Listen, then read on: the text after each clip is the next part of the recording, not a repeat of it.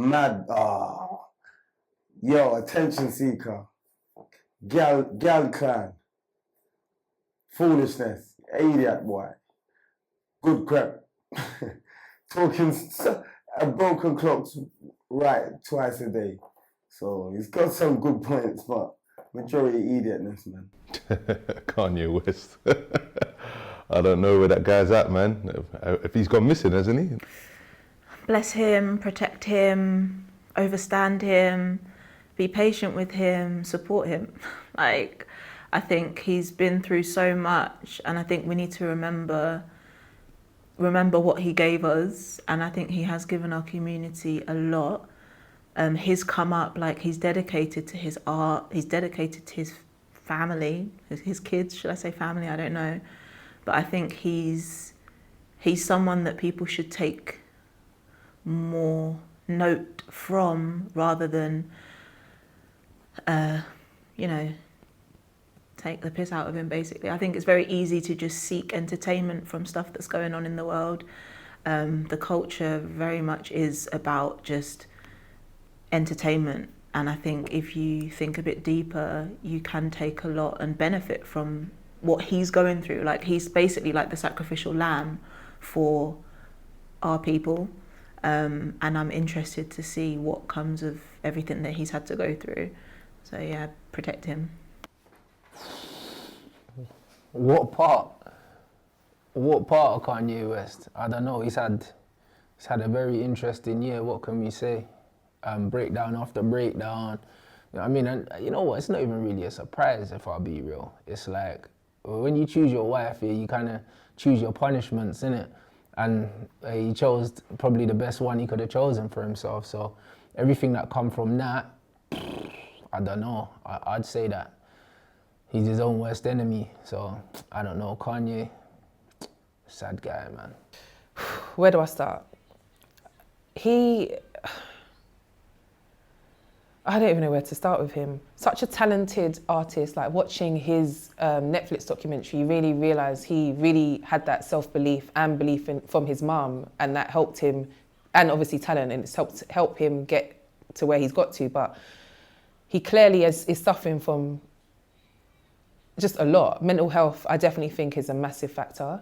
So I honestly don't know where to start, and I don't know where to end, but yeah, I don't even know. Kanye, I don't know, man. Sometimes he says some things which are totally true, and then says some things that are just crazy outrageous. You know, that whole stuff around White Lives Matter was mad. Do you know what I mean? It was crazy. And I think with Kanye, he says things, and I don't think he gets a platform sometimes to explain what he meant, and then you're just left to your own devices to kind of figure it out. But Kanye, yeah, I think he needs help, man. There's certain things that he said, which I can agree with, but there's a lot that I don't agree with. So I just think that's just a cry for help, you know, especially with the White Lives Matter stuff and all that. Doesn't make sense. But I think he's just been targeted for so long and been under a lot of pressure, and it's just starting to really seep out in ways that he doesn't want to.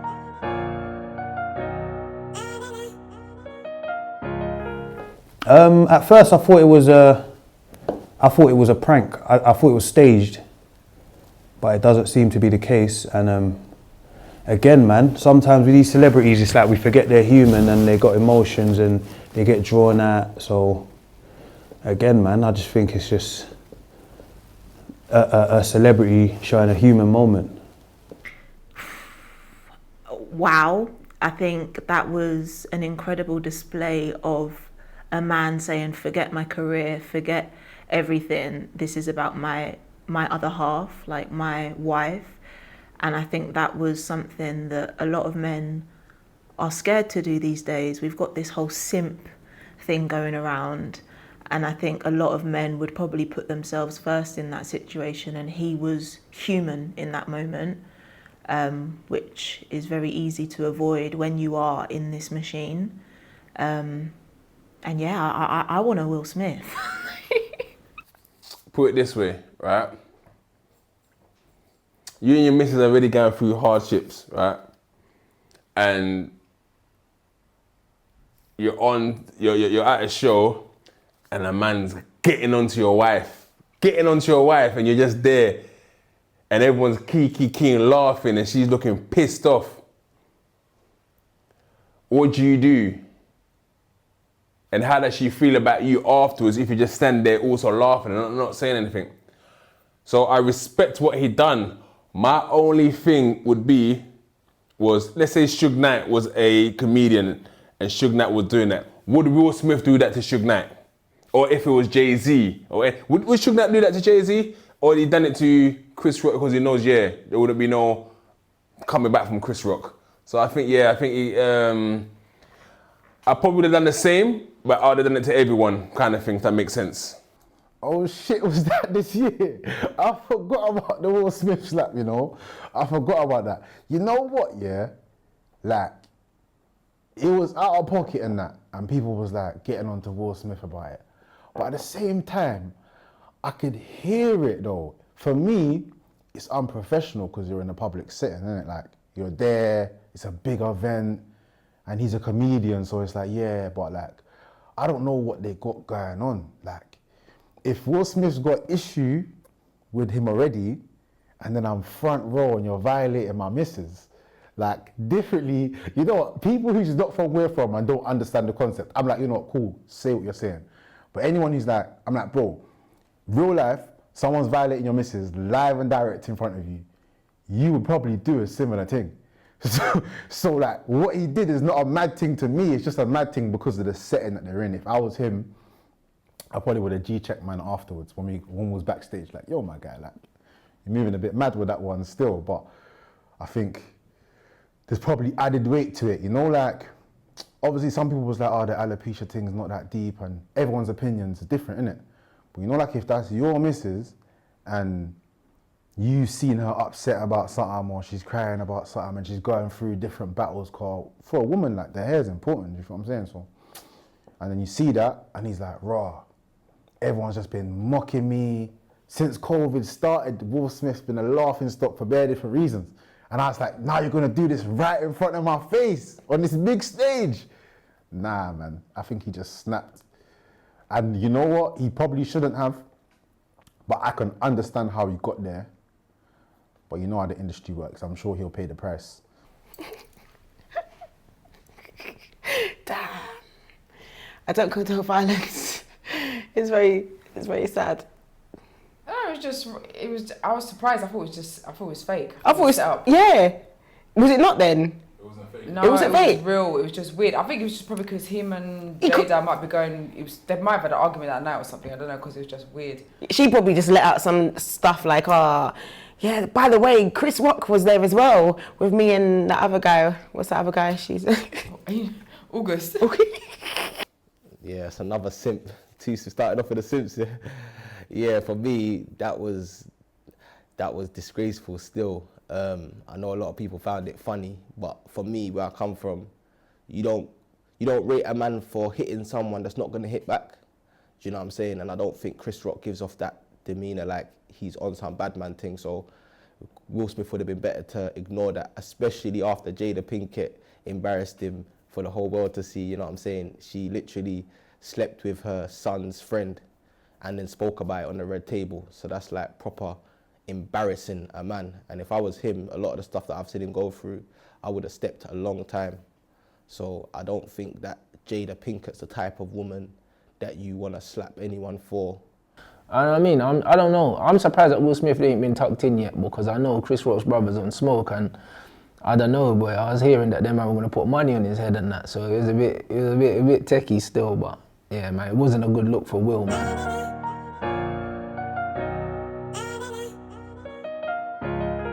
That was gonna happen, man. Yeah, he used up all these black power things. And he used them against black man. You get what I'm saying? You don't use your black power strategy against black man, bro. Yeah, he wasted them. Like, he's just gonna be, you might as well just go and do Dancing with the Stars or somebody, or what's the ice skating when they're skating with the people there? AJ, let me, man.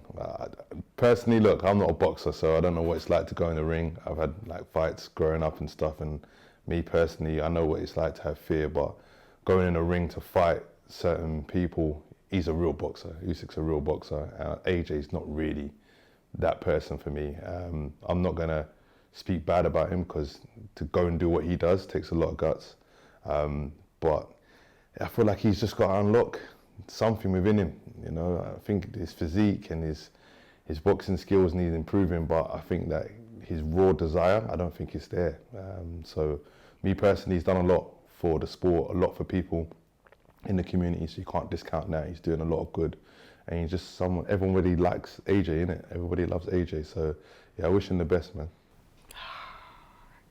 Do you know what? That was difficult for me to watch afterwards, because I feel like when you're just training a mindset so intensely day in, day out, and you're just focused on something. So I've not done it to that level, but obviously we all manifest and have certain daily routines and stuff. I just feel like you see him break AJ on the stage, when he started ranting and doing his speeches when it shouldn't have even really been for him to be doing his speech. But yeah, it's a little bit painful to watch. Sad as well, and especially if you was rooting for your people.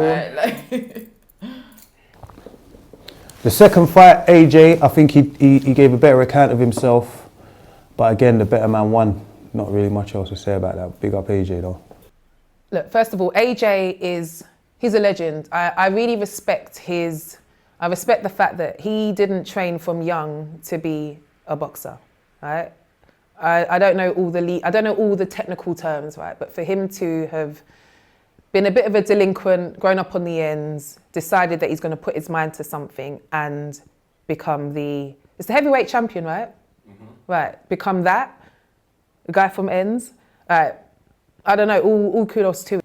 The AJ Usyk thing wasn't really a surprise, innit? Like, Usyk's one of the greatest boxers of his generation, so there ain't no shame to lose to him, to be honest. Like, I knew that he was going to lose conclusively, and he did, and there's absolutely no shame in that. Like, Usyk's got over 200 amateur fights or something like that, fighting AJ, who went from boxing for a few years, won an Olympic medal, and then was winning world titles. Like, the stories are two completely different stories, innit? So there ain't no shame in him losing to Usyk. It was always going to happen. I kind of knew that he would have lost, and let's not take away from AJ's achievement. Coming from where he's come from to become a world champion, that's amassed the amount of money he's made from being someone that was from the hood, kudos to him. But I kind of knew he was going to lose that fight to Usyk, because Usyk and them man look like they were born into this. Like, they were boxers. AJ said, you know what? I'm going to try a thing. And he tried the thing and it worked out for him. Whereas Usyk is a boxer kind of thing. And where does AJ go from now? He don't need to go anywhere from now. He's got his legacy. He's done what he's done, made his millions. His family's done. His family's good for life. So achievements to him, man. But in regards to his boxing legacy, yeah, he'll still be a legend. He's a legend to us anyway. My guy AJ, man. AJ is going through a little rough patch. You know what it is? I feel like with AJ, yeah, when you're such a big character in a particular sport, sometimes it's hard to maintain your image and focus on your craft. It's like he's busy being AJ and doing all these things, and I feel like sometimes it's harder to just fly under the radar. You know what, the Usyk and them man there, man's not doing no photo shoots, man's not doing no interviews. Man's not, you get me saying, when I walk into the gym, I see AJ on the Lucozade stand and all these things. Usyk's just in the gym. That man there's just, I don't know, fighting polar bears or whatever. I don't know what man's doing, innit? But that man there's...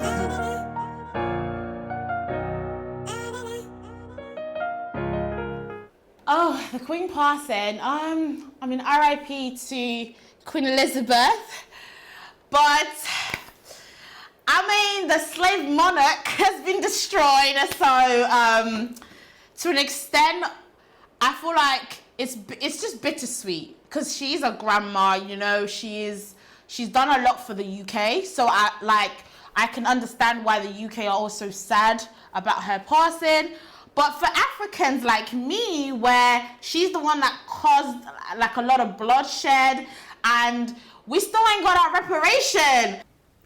God rest her soul. I'm interested to see what that means going forward for Britain. Yeah, regardless, it's caused a lot of friction in my family anyway. Like, my mum wanted to go and queue outside Buckingham Palace, and I wasn't too supportive of that. That's not to say that, you know, I'm happy that the Queen's dead or anything, but I think it's caused a lot of interesting conversations. I don't really have too much to say about the Queen dying, except for reparations are still due. So, you know what I'm saying? When we have that conversation, maybe, yeah, I think for me, with the Queen dying, obviously everyone dies, like, and she lived a long life, she lived a fruitful life. So I'm more concerned with the children dying in our community. And I'm glad to see that Big Ego Media posted that in 2021 there was 40 deaths, in 2022 there was 20 deaths, not one death in Croydon. So I'm hoping in 2023 we can continue that, because people can mourn over someone who's lived the full extent of their life at the highest luxury, but there's children, do you know what I'm saying, that are dying that don't get that chance. So that's more important to me personally. Boy, me personally, I don't really have any feelings around that. When you talk about colonialism, imperialism, that goes hand in hand with the royal family, the oppression of people across the globe, the Commonwealth, which is stealing the Commonwealth from the common people. Me, I was indifferent. I don't have any feelings around it. I've never really agreed with the royal family. I mean, why are they royal? Why are they ordained by God? Just because they say so. So I don't really agree with what's going on. Link that to Prince Andrew as well. Yeah, better, the less I say about that, the better. But yeah, me personally, it's just, I think the system's starting to crumble. The Queen personally, for me, doesn't represent what it does to many other people in this country. For me, it just represents the enslavement of people that look like me, and the legacy of that's still carrying on. So yeah, I'm indifferent. It didn't really impact me personally. Boy, yeah, man, the Queen dying is obviously a big deal for a lot of people, you know what I'm saying? Rest up Lizzie and that, man. You can't really say much more than that. It's a techie one. Obviously, she's a massive figure in that. And yeah, I won't really say much more than that.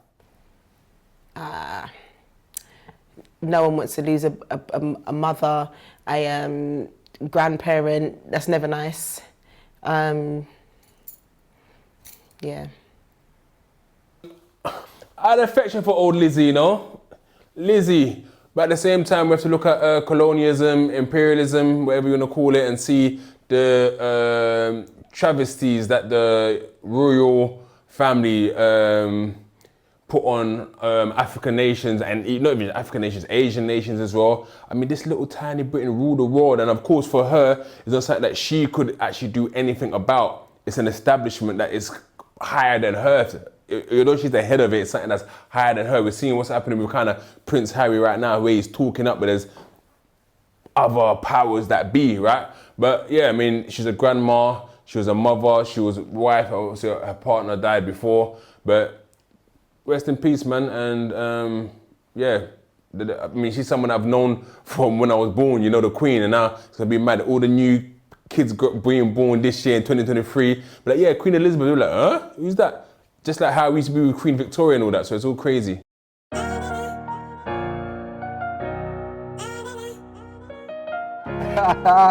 Oi, Cristiano, the stripper, man. Oi, he made a fool of himself, man, with the interview with Piers Morgan. I think that's the worst interview that I've seen, because it wasn't really an interview. It was just like one guy massaging another guy's ego, innit? It was very strange, innit? It was the most vain interview I've ever seen in my life. And then my man got sacked. You know what I mean? He was jobless like, what, a month later? So, I don't know, it's been a weird year for man. It's been a very weird year for him, brother. He only got sacked by United.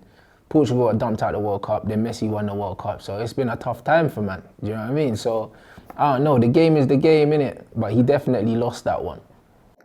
I'm Team Messi, been Team Messi. It was neck and neck for a time, but yeah, Dookie, he shagged it now, man. You know what I'm saying? He's doing the fake smile. I'm saying, you know, Bobby, you know what I'm saying? What's going to happen to Cristiano Ronaldo Jr., bro? You know, like he always plays for the academies of the team. Ain't that gonna, bro? Dookie's like, he's so intent on his career, he's forgetting about his son. Duke, the most selfish man. The greatest goal scorer ever, yeah? Messi's the greatest player, but the best striker is R9. Cristiano Ronaldo is the greatest goal scorer. Does that make sense? R9 is the best striker. Injuries prevented him being the best goal scorer. Messi is the greatest ever. Yeah, that's it. He's never been my GOAT. So, me personally, like Ronaldo, I can respect what he's done in the game, but to watch him as a player, I don't look at him and think, I will pay whatever money to watch him. I've always been in the Messi camp and people that make football look easy and make it look natural. I think he's worked hard to get to where he is, but I don't agree with that interview. I didn't even watch it in its entirety. The minute you go to Piers Morgan, just shows you that you're struggling. And for me, I just don't really respect it. So I think he's really undone a lot of his legacy, going to Saudi Arabia and leaving Man United in the way that he did. He was a legend there. He didn't need to go back there and do that. Fine, the club's not where it needs to be, but there are ways and means to do things, you know. Understand he's lost a child, which is difficult being in the limelight and the spotlight. I was literally having this argument with my cousin the other day because he loves Ronaldo, but I just don't get it personally. I think there's a lot of arrogance in and around him, which you have to have being at the top of the game, but I just don't respect it. I don't respect it as a person. I think it was one step too far for him, and I think now he's just going to go off into Saudi Arabia and make his money into obscurity, and I don't think he'll ever get really the credit that he deserves for what he's done in the game. But everybody makes mistakes, you know, and he's been at the top for so long. There's a lot of pressure. But yeah, I don't respect that interview at all. Hey, yo, the Ronaldo thing's techie, yeah. Because obviously I'm team Ronaldo. I'm a Ronaldo fan, I'm a Man United fan. I've been rocking with Ronnie from the start, you know what I'm saying? And like, although the interview is all a bit mad, like he's exposing the club and that, some of the things he was saying, I hear it, and other people have said similar things. I just think him trying to do the mad thing, talking about Hog, I didn't really rate that because he's the current manager, innit? So don't pop down the man them whilst we're in rebuilding stage. But other than that, I wasn't too mad at him about it, really, because I did feel like he had a right to feel a bit disrespected. Man's lost his youth recently, his other youth's ill, and like, sometimes you got to give people a bit of room. Man's human, innit? Like, yeah, he's Cristiano Ronaldo, but he lost a baby, they're twins, the other one's ill. Man's not even thinking straight. He's not even thinking about football, if we be real. So I weren't too mad at him for that. He's still a GOAT to me. And obviously with the whole Saudi Arabia thing, obviously because of the Messi debate, people are gonna chat shit like, oh, he's finished, man's gone Saudi Arabia, but their man have gone different places, has gone America, Henry, Beckham and that gone America, Iniesta and them man going Qatar and whatnot. Like, bro's 37, you know, 38 even. You get me? Like, most man retired, the only man I can think of that's gone longer than that is Ibrahimovic, and he's playing like 1 or 2 games here and there. Like, so at that age, bro, most man's retiring. If you can go Saudi and get 200 mil a year, it's normal, man. Everyone's talking worse, but realistically, it's normal, bro. Like, come on. Like, I would do the same shit, bro. Come on. I used to be team Ronaldo, you know. Ronaldo was my guy. Right? I was like, man, ban Messi. But after that interview, Piers Morgan, I said, you see you, fucker you see you, right? He's all about himself, Ronaldo. And I realized that, yeah, you wanted to talk about what's going on in the club and change your infrastructure. You wanted to cancel your contract. But now look, you're going to Saudi Arabia. And Saudi Arabia, rich country, rich nation. But the footballing, I mean, they beat Argentina World Cup, right? Cool. But come on, man. Like, I think his status is going to even kind of lower now. And that's why Messi's going to be the GOAT in my eyes. And that interview that he done just showed that Ronaldo's all about himself.